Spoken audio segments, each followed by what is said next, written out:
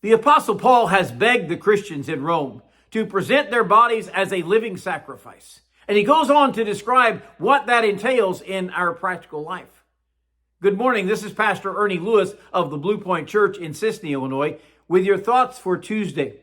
When Paul asked the believer to present their body as a living sacrifice, he is talking to a group who has lived in Rome's capital for some time. They have seen how the rest of the world lives. He wants them, as well as us today, to see that there is a huge difference in how we live our lives and how the world lives their lives. We need to live the way that God expects of his followers in living our lives in obedience to him. So he says in Romans chapter 12 and verse 2, "Do not be conformed to this world, but be transformed by the renewing of your mind, that you may prove what is that good and acceptable and perfect will of God." He is actually teaching a radical difference in the life of the believer. Many people believe today that if they pray that sinner's prayer at some point or another, that's all they have to do the rest of their life in order to please God and make their entrance into heaven. But Paul points out that we need to surrender our lives. We need to change over to God's plan for us. And first of all, he begs them not to be conformed to this world around us.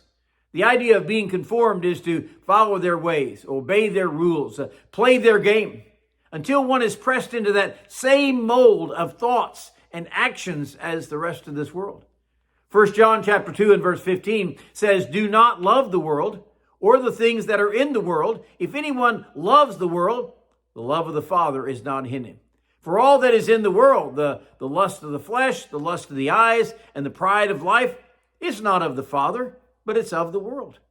And too many people today are in love with this world and all that it has to offer them. The biggest problem is loving this world is actually enmity with God. They cannot coexist. So instead of being conformed, we need to be transformed or completely changed. He actually explains this happening by saying we should be renewing our mind. That is a complete turnaround that begins by learning God's word and seeking God's way of life. When we learn to follow God's way for our life, we will begin to prove by experience what is that best way to live, that way that is good and acceptable and God-pleasing. It takes a lot of spiritual discernment, by the way, to understand what pleases God and how we can live a life that is true to his word and obedient to his calling for Christians.